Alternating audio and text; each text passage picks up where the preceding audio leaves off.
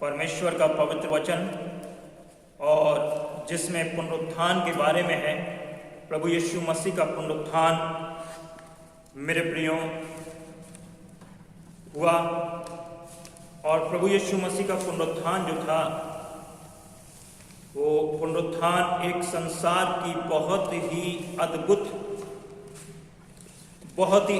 घटना है। वो पुनरुत्थान मेरे प्रियो इसकी तरह कोई घटना इस संसार में नहीं घटी। हम जानते हैं मेरे प्रियो, जन्म सब लेते हैं, मरते सब हैं, लेकिन जो मरकर जी उठे वो वाकई में अद्भुत बात है। तो प्रभु यीशु मसीह मेरे प्रियो मरकर जिंदा हो गए और ये बहुत बड़ी बात है। और यही वो कारण है जो प्रभु यीशु मसीह को सब में अद्भुत बनाते हैं। यही वो कारण है, यही वो बात है जो प्रभु यीशु मसीह को मेरे प्रियो अद्भुत बनाती है और मसीहत को अद्भुत बनाती है। हम परमेश्वर के वचन पर मनन करने जा रहे हैं और ऑनलाइन वर्शिपर मेहरबानी से आराम से बैठकर इस समय आराधना में शरीक हों और हम लोग परमेश्वर के वचन को सुने। आइए हम लोग परमेश्वर से प्रार्थना करेंगे। हमारे पवित्र परमेश्वर, हम धन्यवाद देते हैं सुंदर समय के लिए जो आपने दिया। ये समय हमारे लिए आशीष में हो और प्यारे प्रभु आपका अनुग्रह हमारे जीवन में हो। मेरे परमेश्वर, वचन पर मनन करने के लिए जाते हैं। ये वचन हम में से हर एक के लिए बहुत आशीष में और आपका अनुग्रह इस वचन के द्वारा हमें मिले और हम पुनरुत्थान की आशा में और मजबूत हों और आनंद से भर जाएं। प्यारे प्रभु, सारी बातों में आदर महिमा आपको देते हैं। प्रार्थना यीशु मसीह के नाम में मांग लेते हैं, आमीन। परमेश्वर का धन्यवाद हो और मेरी ओर से, कलीसिया की ओर से, मेरे परिवार की ओर से आप सबको पुनरुत्थान दिवस की बहुत बहुत बधाई। ईस्टर आपको बहुत बहुत मुबारक हो और आत्मिक रूप से आप प्रभु में बहुतायत से बढ़ सकें। और मेरे प्रियो, जब हमने परमेश्वर के वचन को पढ़ा तो यहाँ हम पाते हैं कि प्रभु यीशु मसीह की मृत्यु उपरांत प्रभु यीशु मसीह को अरमतिया के यूसुफ ने अपनी कब्र में, जो नई कब्र थी, उसमें रखा और साथ साथ मेरे प्रियो निकोदेमुस उस अरमतिया के यूसुफ के साथ में था और उन्होंने प्रभु यीशु मसीह को उस कब्र में दफना दिया और उसके एक भारी पत्थर वहां पर रख दिया गया उस कब्र के ऊपर।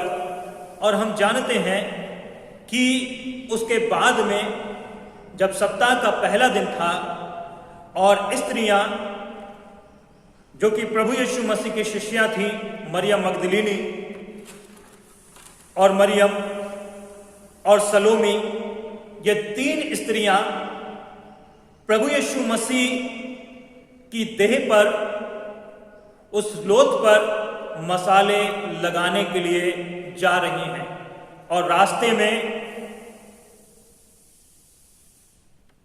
रास्ते में मसाले लगाने के लिए जा रही हैं।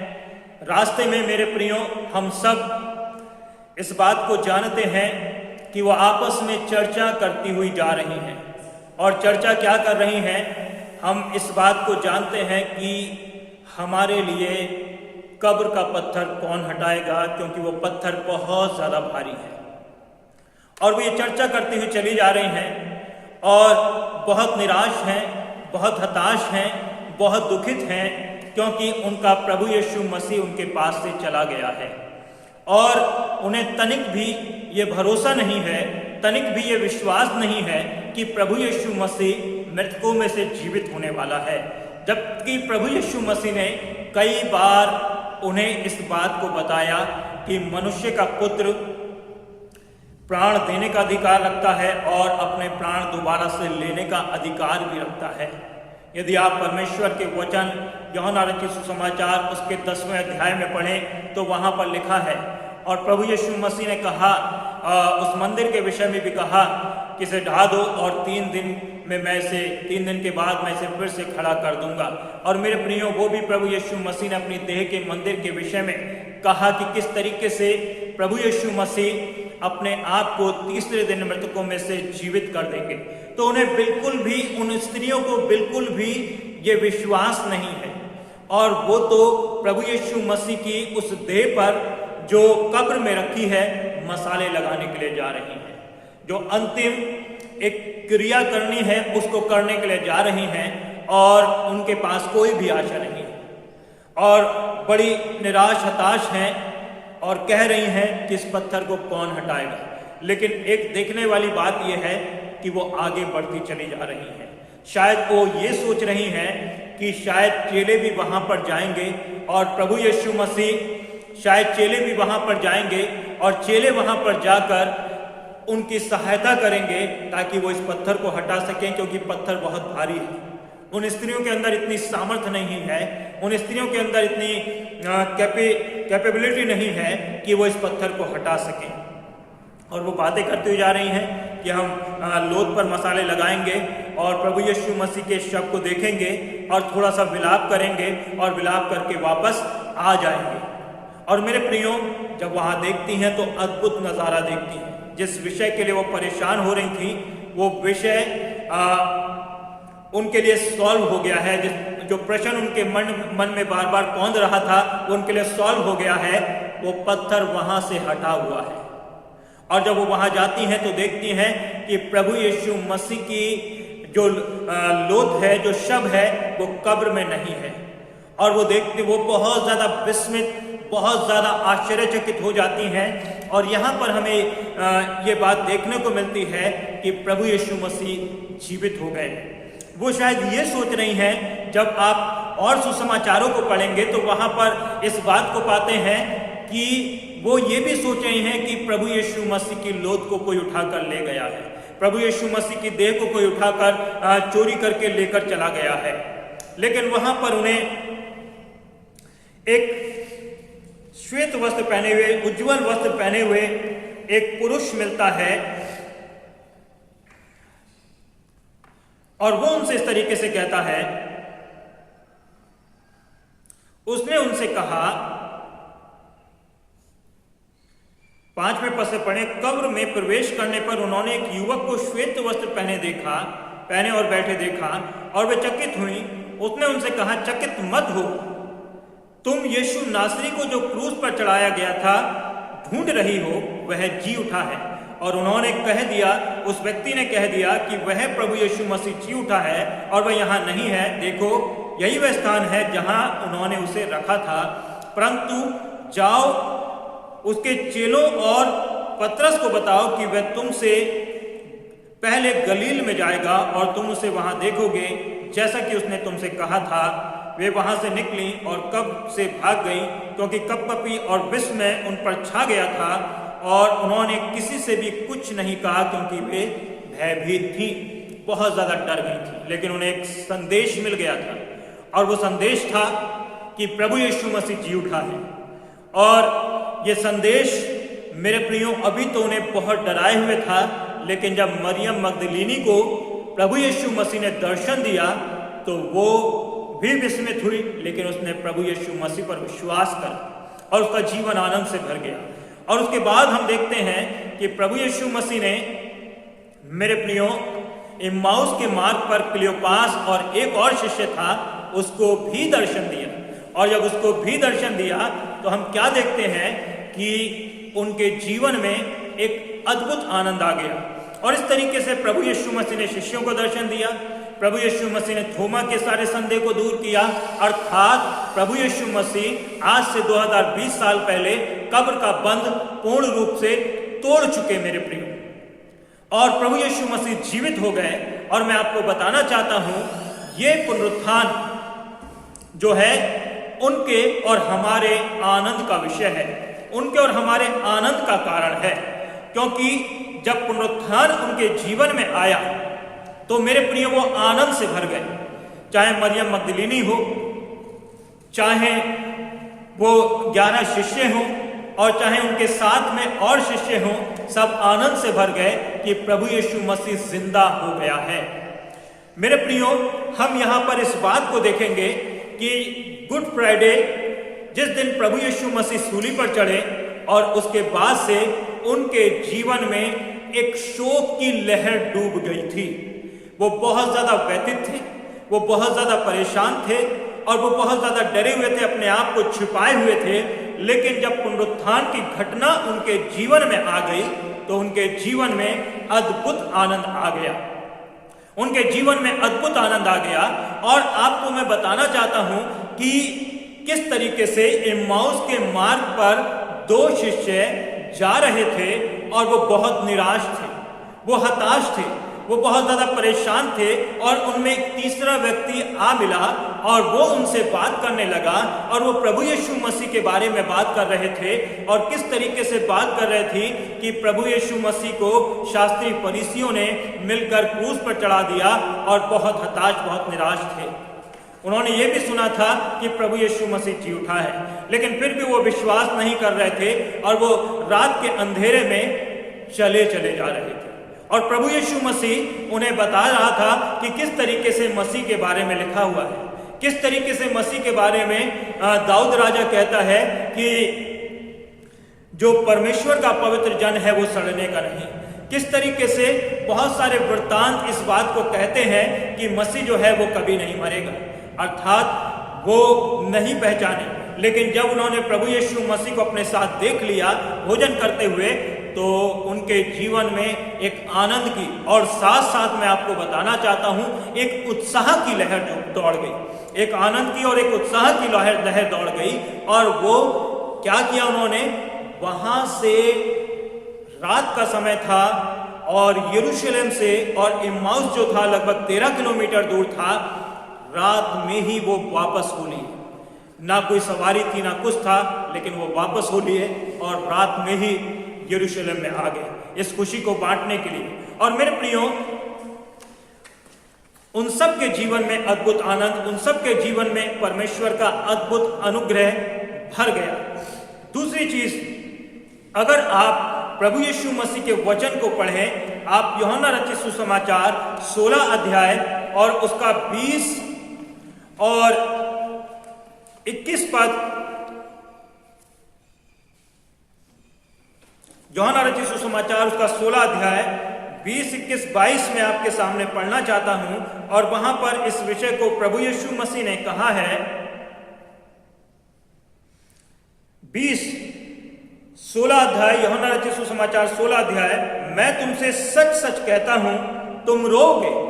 प्रभु यीशु मसीह उन शिष्यों से कहते हैं, मैं तुमसे सच सच कहता हूं तुम रोओगे और विलाप करोगे, परंतु संसार आनंद करेगा। जो लोग, जिन लोगों ने प्रभु यीशु मसीह को सूली पर चढ़ा दिया, वो आनंद कर रहे थे कि प्रभु यीशु मसीह अब इस संसार से चला गया और उसने हमारे सारे मान सम्मान को तहस नहस कर दिया था और अब जो है हमें राहत की सांस मिली है। और प्रभु यीशु मसीह आगे क्या कहते हैं, तुम रोगे और विलाप करोगे, परंतु संसार आनंद करेगा। तुम शोकित होगे, परंतु तुम्हारा शोक जो है वो आनंद में बदल जाएगा। गुड फ्राइडे का शोक जो है वो ईस्टर के आनंद में बदल जाएगा, पुनरुत्थान के आनंद में बदल जाएगा। और क्या लिखा है, प्रभु यीशु मसीह एक एग्जाम्पल देते हैं, जब किसी स्त्री को प्रसव पीड़ा होती है तो उसे शोक होता है। जब किसी स्त्री को प्रसव पीड़ा होती है तो उसे शोक होता है, उसे दुख, उसे बहुत गहन पीड़ा होती है, क्योंकि उसका समय आ पहुंचा है। परंतु जब वह बच्चे को जन्म दे चुकती है, लेकिन जब वो बच्चे को जन्म दे चुकती है तो उस पीड़ा को इस आनंद से कि संसार में एक मनुष्य उत्पन्न हुआ है, भूल जाती है। तो मेरे प्रियो, आप जानते हैं कितना अद्भुत बात, कितना अद्भुत एग्जाम्पल प्रभु यीशु मसीह ने कहा कि पहले तो एक गर्भवती स्त्री को पीड़ा होती है, लेकिन जब संतान हो जाती है तब उसकी सारी पीड़ा आनंद में बदल जाती है और यह आनंद बड़ा अद्भुत होता है। तो चेलों के लिए पुनरुत्थान का आनंद, कब्र के बंद टूटने का आनंद बहुत ही अद्भुत था, बहुत ही सामर्थ्य था। और यह आनंद मेरे प्रियो रुक रहा था। और इस आनंद को लेकर वो बाण बांटते चले गए, इस आनंद को लिया और बांटते चले गए, बांटते चले गए, बांटते चले गए। बहुत से लोग इस आनंद में सहभागी हुए। तो मैं आपको बताना चाहता हूं, पुनरुत्थान जो है वो हर एक विश्वासी का आनंद है, हर एक विश्वासी का आनंद है। तो हमें इस पुनरुत्थान के दिन आनंद से भर जाना चाहिए था। मैं आपको बताना चाहता हूं, गुड फ्राइडे भले से प्रभु यीशु मसीह ने अपने जीवन का दान दे दिया हम सब के लिए, लेकिन चेलों में शोक की लहर डूब गई थी। लेकिन जब पुनरुत्थान का दिवस आया तो उनमें आनंद आ गया। ये मत समझिएगा कि गुड फ्राइडे नहीं होना चाहिए। गुड फ्राइडे अति महत्वपूर्ण है, क्योंकि गुड फ्राइडे के बिना ईस्टर भी कुछ नहीं है और ईस्टर के बिना गुड फ्राइडे भी कुछ नहीं है। ईस्टर के बिना गुड फ्राइडे केवल एक शोक है और गुड फ्राइडे के बिना ईस्टर मेरे प्रियो कोई महत्व नहीं रखता, क्योंकि हम फिर भी अपने पापों में पड़े रह गए। क्योंकि प्रभु यीशु मसीह ने अपने जीवन का दान दिया और ईस्टर के दिन उसे पूरी तरीके से प्रमाणित कर दिया कि प्रभु यीशु मसीह हमारे लिए मरा है और हमें आनंद से परिपूर्ण कर दिया। तो चेले प्रारंभ में जो प्रचार करते थे बड़े आनंद के साथ, उत्साह से भरे हुए थे, आनंद से भरे हुए थे कि प्रभु यीशु मसीह जी उठा है, प्रभु यीशु मसीह जी उठा है। ईस्टर इस बात का प्रमाण है। दूसरी बात आपके सामने रखना चाहता हूं, ईस्टर इस बात का प्रमाण है कि प्रभु यीशु मसीह ने हमारे पापों का जो प्रायश्चित उस कलवरी क्रूस पर कर दिया है वो पूर्ण हो गया है। गुड फ्राइडे तक मेरे प्रियो वो बलिदान पूर्ण नहीं था, लेकिन जब ईस्टर आया तो वो पूर्ण हो गया। अर्थात परमेश्वर की उद्धार की योजना, परमेश्वर की उद्धार की योजना जो संपूर्ण मानव जाति के लिए थी, वो किसी व्यक्ति विशेष के लिए नहीं थी, किसी जाति विशेष के लिए नहीं है, वो संपूर्ण मानव जाति के लिए है और वो ईस्टर के द्वारा ही पूर्ण हुई। मेरे प्रिय, अगर आप परमेश्वर के वचन में पढ़ें यूहन्ना रचित सुसमाचार उसका 12 अध्याय और उसका 24 पद, और वहां पर लिखा है प्रभु यीशु मसीह उन यूनानियों से कहता है जो यूनानी प्रभु यीशु मसीह से मिलने के लिए आए हैं और वो कुछ ज्ञान की आशा रखे हुए हैं कि प्रभु यीशु मसीह कुछ ज्ञान की बात उन्हें बताएगा जिससे वो प्रसन्न होते हैं, जिससे वो आनंदित होते हैं। और मेरे प्रियो, ज्ञान की बात प्रभु यीशु मसीह कुछ नहीं बताते। प्रभु यीशु मसीह अपनी मृत्यु की भविष्यवाणी करते हैं और क्या भविष्यवाणी करते हैं?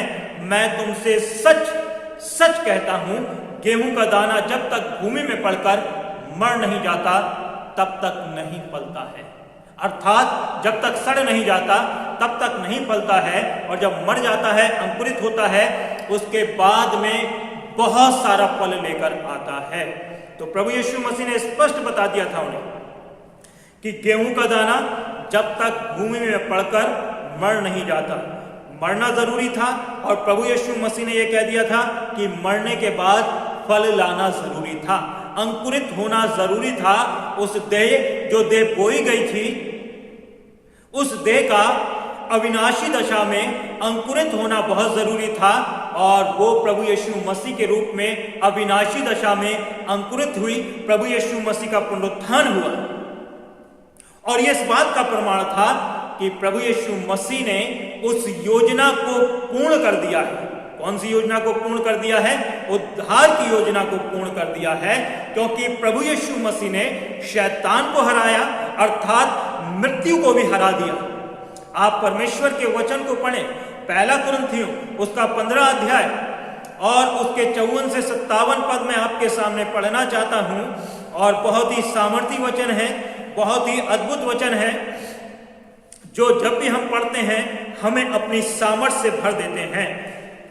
पहला कुरिन्थियों उसका 15 अध्याय उसके 54 पद से आपके सामने पढ़ना चाहता हूं।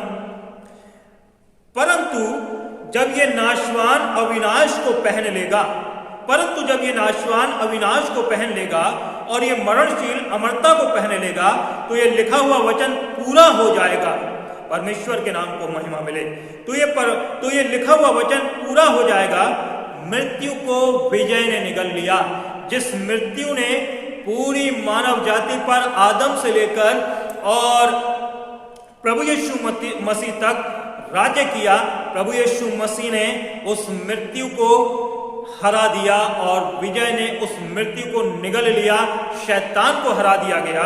लिखा है, हे मृत्यु पहन लेगा, और ये लिखा हुआ वचन पूरा हो जाएगा, मृत्यु को विजय ने निगल लिया। उस मृत्यु को, उस पराजय को विजय ने निगल लिया, अर्थात प्रभु यीशु मसीह के उस पुनरुत्थान दिवस ने निगल लिया। हे मृत्यु, हे मृत्यु तेरी विजय कहां है? हे मृत्यु तेरा डंक कहां है? मृत्यु का डंक तो पाप है और पाप की शक्ति व्यवस्था है, परंतु परमेश्वर का धन्यवाद हो जो हमें प्रभु यीशु मसीह के द्वारा विजयी करता है। तो उस मृत्यु को विजय ने पूरी तरीके से निगल लिया है, अर्थात पुनरुत्थान की सामर्थ ने निगल लिया। अगर प्रभु यीशु मसीह केवल उस कब्र तक सीमित हो जाते तो मेरे प्रियो वो पत्थर वहां पर रखा रहता और वो पत्थर वहां पर रखा रहता और वो स्त्रियां मेरे प्रियो परेशान होती, कौन पत्थर उनके लिए हटाएगा, और उनका आनंद कभी उनके जीवन में नहीं आता और वो अपने गुनाह में पड़ी रहती। लेकिन इस मृत्यु का बंध जो है प्रभु यीशु मसीह ने पूरी तरीके से हरा दिया है। उस मौत के डंक को पूरी तरीके से मेरे प्रियो कुचल दिया है, उस मृत्यु के डंक को पूरी तरीके से कुचल दिया है। और मेरे प्रियो यही वो वजह है कि पाप से हम पूरी तरीके से छुटकारा पा गए हैं, अर्थात इस बात का प्रमाण है कि प्रभु यीशु मसीह की योजना मानव जाति के लिए जो बनाई थी उद्धार की योजना, वो पूरी हो गई है। और मेरे प्रियो आगे हम देखेंगे पुनरुत्थान की योजना क्या हमारे जीवन में भी पूरी हुई है। मेरे प्रियो पुनरुत्थान का दिवस हर एक उस विश्वासी के लिए या हर एक उस अविश्वासी के लिए जो प्रभु यीशु मसीह में आता है, ये दिवस होता है ट्रांसफॉर्मेशन का दिन। वो प्रभु यीशु मसीह में पुनरुत्थित होता है, क्योंकि हम जानते हैं जब आदम ने पाप किया, हम जानते हैं जब आदम ने पाप किया तो वो मर गया था। कैसे मर गया था? आत्मिक रूप से मर गया था। अब परमेश्वर से उसका कोई भी नाता नहीं रहा था। और हमने इस बात को जाना कि किस तरीके से जब प्रभु यीशु मसीह कलवरी क्रूस पर चढ़े हुए थे और प्रभु यीशु मसीह ने कभी अपने परमेश्वर को परमेश्वर कहकर नहीं पुकारा, हमेशा पिता कहकर पुकारा। जब चेलों को प्रार्थना करने सिखाई तो तुम इस तरीके से प्रार्थना किया करो, हे पिता।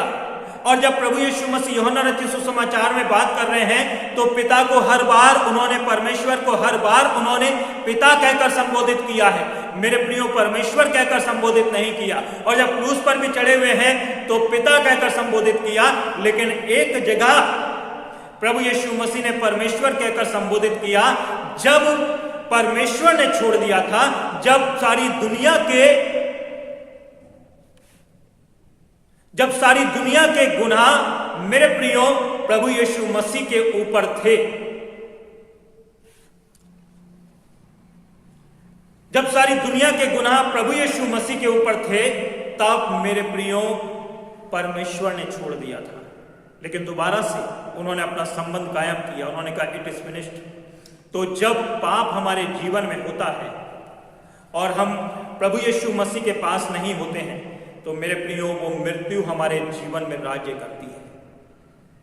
और जब हम प्रभु यीशु मसीह को ग्रहण करते हैं तो मैं आपको बताना चाहता हूं कि हमारा पुनरुत्थान प्रभु यीशु मसीह में जीते जी होता है और ये ट्रांसफॉर्मेशन होता है, ये पूर्ण बदलाव होता है। यदि आप परमेश्वर के वचन में पढ़ें, हमारा पुराना जीवन, हमारा पुराना मनुष्य चला जाता है। रोमन्स की पत्री उसका 6वां अध्याय मैं आपके सामने पढ़ना चाहता हूं। रोमन्स की पत्री उसका 6वां अध्याय और उसके 3 पद से आपके सामने पढ़ना चाहता हूं। क्या तुम नहीं जानते कि हम सब जो बपतिस्मा के द्वारा मसीह यीशु के साथ एक हुए हैं, बपतिस्मा के द्वारा मसीह यीशु के साथ एक हुए हैं, बपतिस्मा द्वारा उसकी मृत्यु में भी सहभागी हुए हैं। यहां लिखा है कि बपतिस्मा द्वारा उसकी मृत्यु में भी सहभागी हुए हैं, इसलिए हम बपतिस्मा द्वारा उसकी मृत्यु में सहभागी होकर उसके साथ गाड़े गए हैं। बपतिस्मा के द्वारा ही उसकी मृत्यु में सहभागी होकर उसके साथ गाड़े गए हैं, जिससे कि पिता की महिमा के द्वारा जैसे मसीह जिलाया गया था वैसे ही हम भी जीवन की नई चाल चलें, अर्थात हम भी प्रभु यीशु मसीह में जिलाए गए हैं। मनुष्य रूप में, मानव रूप में हमारा ट्रांसफॉर्मेशन हुआ है। हम आत्मिक मृत्यु में थे, हम आत्मिक मृत्यु के बंधन में थे, और मैं आपको बताना चाहता हूं हमारा पुनरुत्थान हुआ है। यदि प्रभु यीशु मसीह को हमने ग्रहण कर लिया है, हमारा पुनरुत्थान हो गया है मेरे प्रिय। और इसलिए पौलुस कहता है कि अब जो मसीह में है वो नई सृष्टि है। तो मृत्यु आदम के द्वारा आई, और मेरे प्रियो जब हम प्रभु यीशु मसीह में आते हैं तो हमारा पुनरुत्थान हो जाता है। हम पुनरुत्थित हुए प्रभु यीशु मसीह में, लेकिन इसके बाद भी ये पुनरुत्थान है, इसके बाद जो अंतिम पुनरुत्थान है, जो पूर्ण पुनरुत्थान है, जब प्रभु यीशु मसीह बादलों पर आएंगे, जब हमारा यीशु राजा बादलों पर आएगा तो वो अंतिम पुनरुत्थान होगा। और मेरे प्रियो ये इस बात का प्रमाण होगा कि प्रभु यीशु मसीह की उद्धार की योजना जो परमेश्वर ने बनाई है वो मनुष्य जाति के जीवन में पूर्ण हो रही है, लेकिन केवल उनके जीवन में जिनका पहला पुनरुत्थान हो चुका है, जो पहले आत्मिक मृत्यु से अपने आप को जीवित कर लिए हैं, मसीह के साथ गाड़े गए हैं, मसीह के साथ बपतिस्मे लिए हैं और मसीह के साथ पुनः जीवित हो गए हैं और मसीह के साथ नई सी चाल चल रहे हैं। अंतिम पुनरुत्थान जब होगा, जब कब्रें अपने मुर्दे दे डालेंगे, जब हम बदल जाएंगे, और मेरे प्रियो हम पूरी तरीके से हमारा ट्रांसफिगरेशन हो जाएगा, हमारा रूपांतरण हो जाएगा। ट्रांसफॉर्मेशन, रूप का पूरा हमारे जीवन का बदलाव और ट्रांसफिगरेशन मेरे प्रियो जब प्रभु यीशु मसीह आएंगे तब हम सब के सब बदल जाएंगे और हम बादलों पर उठा लिए जाएंगे। तो मेरे प्रियो जिनका पहला पुनरुत्थान हो गया है, ये ईस्टर जिनके लिए मेरे प्रियो, ये ईस्टर जिनके लिए मेरे प्रियो महत्वपूर्ण हो गया है, जिन्होंने प्रभु यीशु मसीह को ग्रहण कर लिया है, मेरे प्रियो वो दूसरे उस पुनरुत्थान में प्रभु यीशु मसीह के आगमन में शरीक हो जाएंगे। तो यहां पर जब आप परमेश्वर के पास आते हैं तो प्रभु यीशु मसीह की, परमेश्वर की योजना एक व्यक्तिगत रूप से आपके जीवन में पूर्ण होती है। जब आप प्रभु यीशु मसीह के पास आते हैं तो एक व्यक्ति जब प्रभु यीशु मसीह के पास आता है तो परमेश्वर की योजना पूर्ण होती है और वो प्रभु में नया बन जाता है, प्रभु में पुनरुत्थित हो जाता है। और उसके बाद में मेरे प्रियो दूसरा पुनरुत्थान हमारा इंतजार कर रहा है, जब प्रभु यीशु मसीह बादलों पर आएंगे और तब हम प्रभु के साथ मेरे प्रियो हमेशा बादलों पर उठा लिए जाएंगे और हमेशा प्रभु के साथ रहेंगे। तो पुनरुत्थान इस बात का प्रमाण है, जो परमेश्वर ने योजना बनाई थी वो पूरी हो गई है। और हमारे जीवन में यदि हमने प्रभु यीशु मसीह को ग्रहण कर लिया है तो ये इस बात का प्रमाण है कि परमेश्वर की योजना मेरे जीवन में, आपके जीवन में पूर्ण हो गई है। तो हम प्रभु यीशु मसीह को ग्रहण कर लें। तीसरी बात मैं आपको बताना चाहता हूं, ईस्टर जो है, प्रभु यीशु मसीह का पुनरुत्थान जो है वो हमारी सामर्थ है। प्रभु यीशु मसीह का पुनरुत्थान जो है वो हमारी सामर्थ है। प्रभु यीशु मसीह का पुनरुत्थान जो है वो हमारी धन्य आशा है। हमारी सामर्थ कैसे है प्रभु यीशु मसीह का पुनरुत्थान? आप इस बात को जानते हैं कि चेले बहुत ज्यादा डरे हुए थे, बहुत ज्यादा भयभीत थे, कहीं रोमन्स आकर उनको मार ना डालें, कहीं यहूदी फरीसी उनको पकड़ ना लें, बंदी गृह में ना डाल दें, और बहुत डरे हुए थे, अपने आप को शायद कहीं पर छिपाए हुए थे और वो बाहर भी नहीं निकलना चाहते थे और वो सोच रहे थे कि हमारे ऊपर जीवन का संकट आ गया है। लेकिन प्रभु यीशु मसीह ने महायाजकीय प्रार्थना जब की थी तो उनकी सुरक्षा के लिए प्रार्थना की थी। और मेरे प्रियो, हम इस बात को जानते हैं, जब प्रभु यीशु मसीह उनके जीवन में आ गए, पुनरुत्थित प्रभु यीशु मसीह, गुड फ्राइडे के प्रभु यीशु मसीह और पुनरुत्थित प्रभु यीशु मसीह जब उनके जीवन में आ गए तो उनके जीवन में कुछ अद्भुत हुआ, उनके जीवन में सामर्थ आ गई और ये जीवन अति विशेष थी। ये सामर्थ बहुत अद्भुत थी। ये सामर्थ, इस सामर्थ ने उन्हें भर दिया। मेरे प्रियो, वो चेले जो यहूदियों के सामने निकलना नहीं चाहते थे, और आप जब परमेश्वर के वचन को पढ़ोगे तो आप पाओगे कि वो चेले अब बेधड़क होकर पुनरुत्थान के आनंद को, पुनरुत्थान की आशा को, उसी मंदिर में, जिस मंदिर में जाने से वो डरते थे, जब प्रभु यीशु मसीह बैतनिया में जा रहा था लाजर को जिंदा करने के लिए, तो थोमा वहां पर कह रहा था कि आओ हम भी उसके साथ मरने को चलें, आओ हम भी उसके साथ मरने को चलें। और मेरे प्रियो, पतरस भी भयभीत था और उसने 3 बार प्रभु यीशु मसीह का इनकार कर दिया था। और क्यों 3 बार प्रभु यीशु मसीह का इनकार कर दिया था आप सब जानते हैं। वो इसलिए प्रभु यीशु मसीह का इनकार कर दिया था, कहीं यहूदी ना पकड़ लें, कहीं यहूदी प्रभु यीशु मसीह की तरह सूली पर ना चढ़ा दें, कहीं यहूदी मेरे प्रियो बंदी गृह में ना डाल दें।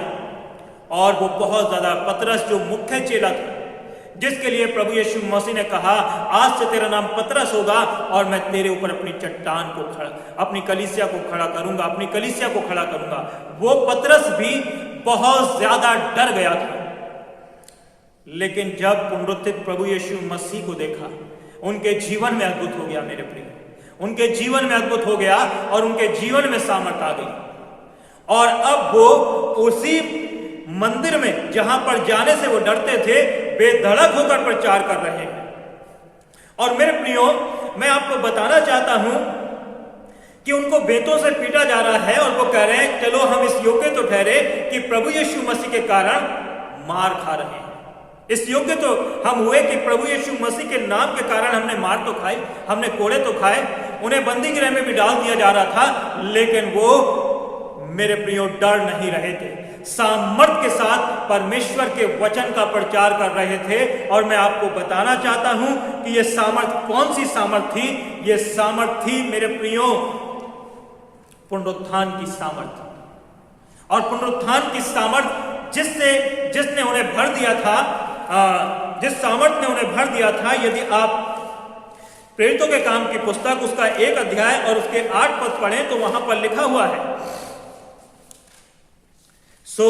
पुनरुत्थान मेरे प्रियो एक बहुत महत्वपूर्ण पर्व है, जो प्रभु यीशु मसीह के जन्म, प्रभु यीशु मसीह के बलिदान को बहुत ज्यादा अर्थ प्रदान करता है, बहुत ज्यादा महत्व प्रदान करता है। तो पुनरुत्थान का पर्व अति महत्वपूर्ण पर्व है, पुनरुत्थान का पर्व अति सामर्थी पर्व है।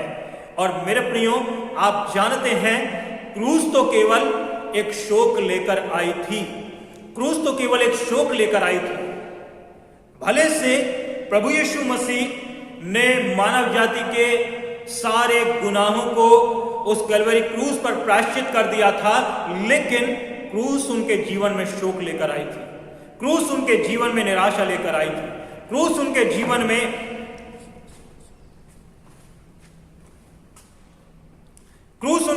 में निराशा लेकर आई थी, क्रूस उनके जीवन में शोक लेकर आई थी। लेकिन मेरे प्रियो, पुनरुत्थान उनके जीवन में सामर्थ को लेकर आ गया था।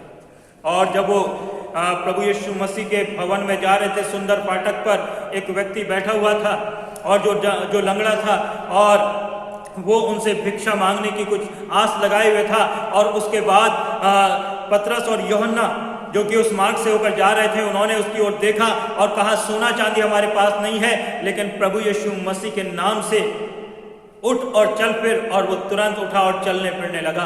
और हम इस बात को जानते हैं, पतरस जिस मार्ग से जाता था उस मार्ग में लोग अपने रोगियों को लिटा दिया करते थे ताकि पतरस उनसे छू जाए और वो चंगे हो जाएं। और मेरे प्रियो, यह अद्भुत सामर्थ जो थी ये पुनरुत्थान के बाद आई। और परमेश्वर के वचन में लिखा है, मैं आपको प्रेरितों के काम की पुस्तक उसका 1 अध्याय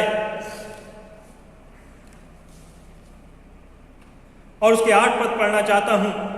यहां परमेश्वर के वचन में लिखा है, परंतु जब पवित्र आत्मा तुम पर आएगा तब तुम सामर्थ पाओगे और यरूशलेम, सारी यहूदिया और सामरिया में, यहां तक कि पृथ्वी के छोर तक तुम मेरे साक्षी होगे।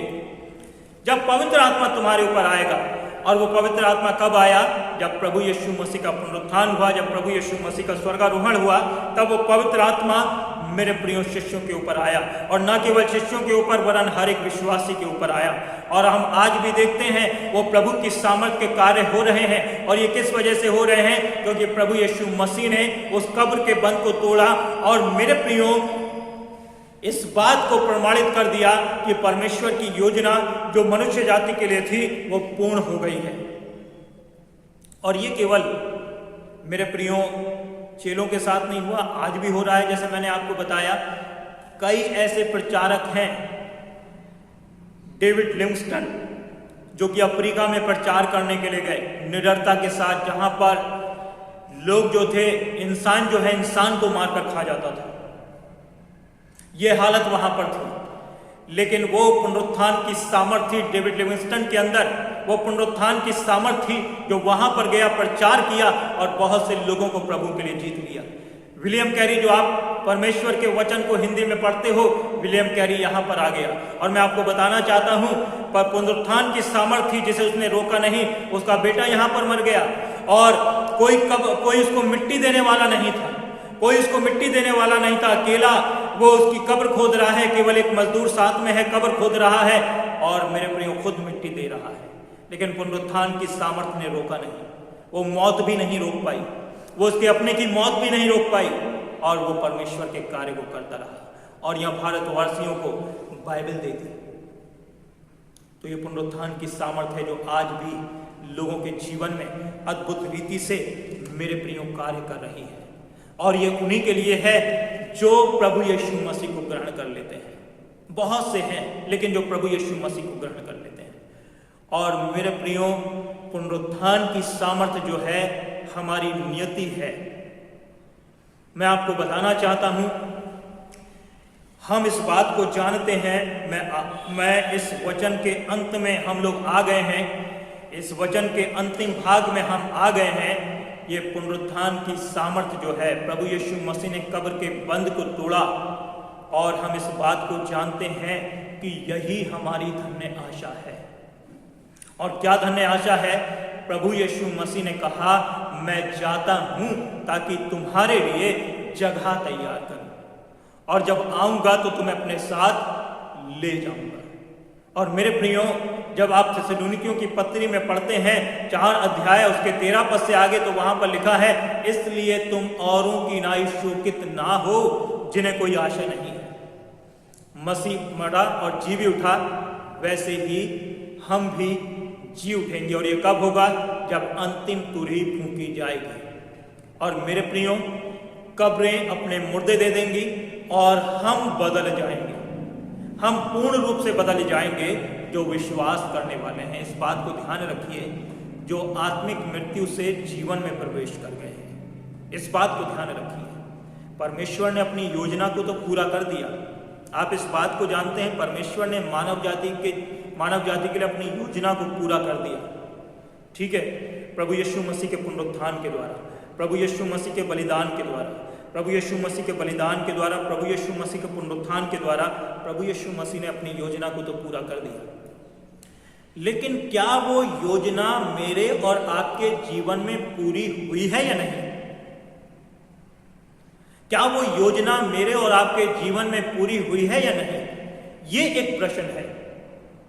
और हमने इस बात को जाना कि पुनरुत्थान जो है, आदम के विषय में जाना कि आदम मर गया, उसने पाप कर दिया, उसका अलगाव परमेश्वर से हो गया। आप सब इस बात को जानते हैं। और उस मृत्यु ने जो है आदम से लेकर प्रभु यीशु मसीह तक राज्य किया। और प्रभु यीशु मसीह ने क्या काम किया? बलिदान दिया। प्रभु यीशु मसीह पुनरुत्थित हुए और प्रभु यीशु मसीह ने उस योजना को पूरा कर दिया। हम क्या अभी तक मरे हुए हैं आत्मिक रूप से? ये चीज हमें समझने की आवश्यकता है। या हमारा पुनरुत्थान इस संसार में रहते हुए, जो हम आत्मिक रूप से मरे हुए हैं, हम आत्मिक रूप से जीवित हो गए हैं, आत्मिक रूप से पुनरुत्थित हो गए हैं, इस विषय को सोचने की आवश्यकता है। यदि हो गए हैं तो मेरे प्रियो, हमारी नियति यह है कि हम परमेश्वर के राज्य में प्रवेश प्रवेश करेंगे। हम दूसरे पुनरुत्थान में अर्थात जीवन के पुनरुत्थान के लिए जीवित हो जाएंगे या बदल जाएंगे। समझ लीजिए, जीवन के पुनरुत्थान के लिए जीवित हो जाएंगे या बदल जाएंगे। यदि आज भी हम अपने पापों में मरे हुए हैं तो मेरे प्रियो, पुनरुत्थान हमारे लिए भयंकर घटना है। प्रभु यीशु मसीह का पुनरुत्थान हमारे लिए एक भयंकर घटना है। प्रभु यीशु मसीह का जी उठना हमारे लिए एक भयंकर घटना है।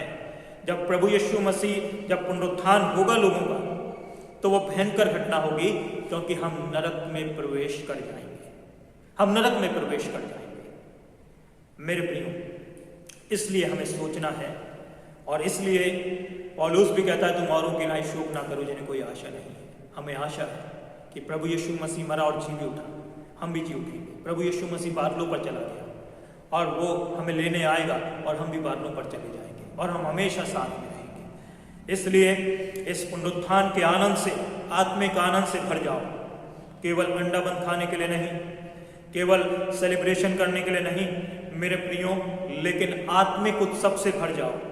ये उत्सव आत्मिक होना चाहिए, ये उत्सव आत्मिक होना चाहिए, ये उत्सव आत्मा से परिपूर्ण होना चाहिए मेरे प्रियो। हम आत्मिक उत्साह से भर जाएं। और मेरे प्रियो, उन्हें पता ही नहीं चल रहा था कि हम कहाँ प्रचार करने के लिए जा रहे हैं। हम बीहड़ों में जा रहे हैं, लेकिन वो जा रहे थे मेरे प्रियो आत्मिक उत्साह से। मरियम मगदलीनी, सलोमी और दूसरी जो मरियम है वो भर गए, और जब भर गए तो वो तुरंत चले गए। ये क्या था आप जानते हैं? ये क्या था? ये केवल अंडा और बंद खाना नहीं था, ये केवल ईस्टर की दावत खाना नहीं था मेरे प्रियो, ये वो आत्मिक उत्साह था। मैंने बताया आनंद और उत्साह है, ये आत्मिक उत्साह था जिसने उन्हें बहुत हल्का बना दिया था। समझे आप? जिसे उन्होंने बहुत हल्का बना दिया था। वो ऐसे सोच रहे हैं कि हम उड़ रहे हैं हवा में, वो ये सोच रहे थे कि हम हवा में उड़ रहे हैं, उन्हें कोई थकान नहीं हो रही थी, और वो जहां तक जा सकते थे जा रहे थे, जहां तक उनका शरीर जो है उनका खूब साथ दे रहा था। उन्हें थकान नहीं हो रही थी, उन्हें महसूस नहीं हो रही थी, वो कहीं भी जाने को तैयार थे। तो वह इंडिया में आ गए मेरे प्रियो। ये वो आत्मिक उत्सव, आत्मिक आनंद है। उस योजना, परमेश्वर ने तो अपनी योजना को पूरा कर दिया है, लेकिन क्या हमने उस योजना को अपने जीवन में अवसर दे दिया है? ये आज हमें सोचना है, ये आज हमें सोचना है मेरे प्रिय। यदि दिया है तो वाकई में हम धन्य लोग हैं, और प्रभु यीशु मसीह हमसे ही कहेगा, आओ मेरे पिता के धन्य लोगों, उस इब्तिदा की बादशाहत में दाखिल हो जाओ जो इब्तिदा से तुम्हारे लिए तैयार की गई थी। क्योंकि जब मैं भूखा था तुमने मुझे रोटी दी, जब मैं प्यासा था तुमने मुझे पानी पिलाया, और तुमने उस योजना को अपने जीवन में पूरा कर लिया है। क्या वो सामर्थ्य आज मेरे और आपके जीवन में कार्य कर रही है? मेरे प्रियो, सामर्थ्य से भर जाएं। पवित्र आत्मा आप सबको बहुत आयत से परिपूर्ण करे, अनुग्रह से अपनी सामर्थ्य से भर दे। आइए हम लोग प्रार्थना करेंगे। हमारे पवित्र परमेश्वर, धन्यवाद देते हैं इस सुंदर समय के लिए, इस वचन के लिए। प्यारे परमेश्वर, इस वचन के द्वारा केवल और केवल आपको महिमा मिले। हम घटें, आप बढ़ें, और आपका नाम ऊंचा हो। प्यारे प्रभु, अपनी पवित्र आत्मा से, अपनी पवित्र सामर्थ्य से भरिएगा। ये पुनरुत्थान का आनंद मेरे परमेश्वर हम सबको भर दे। प्यारे प्रभु, आत्मिक रूप से भर दे, आत्मिक सामर्थ्य से परिपूर्ण करे।